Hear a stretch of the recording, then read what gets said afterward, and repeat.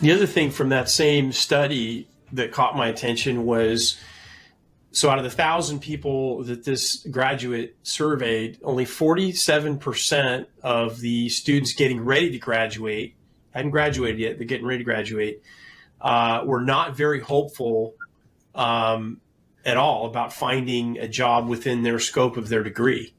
That's huge, right? So these are people getting ready to graduate that stuck through it, sat in all the classes, bought all the books, and racked up, the college loans to show for it. But on the tail end of that whole college experience, they're saying 47% said, I don't know if I'm going to find anything. I'm not very hopeful. And that's a problem.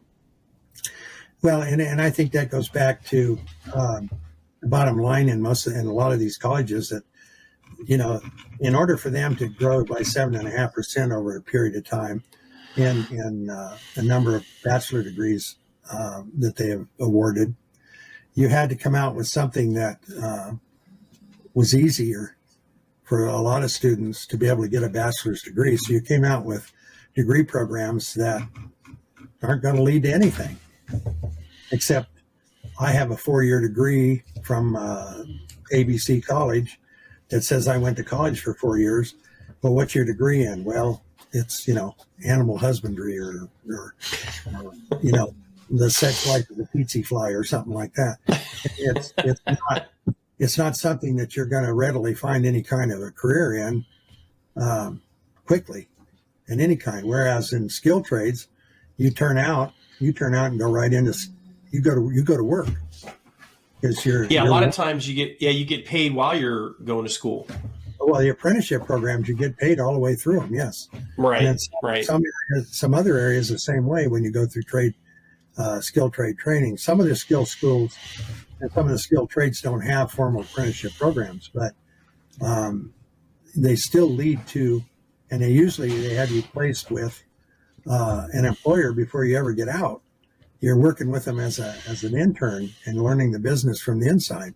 So, and usually most of those, there's a program in California that I used to be involved in, was the California Regional Occupation Program, where we actually took high school kids and young adults and put them with companies so that they had classroom time where they were learning the classroom stuff. And then, 2 days a week and 3 days a week, they were at a work site actually learning the job.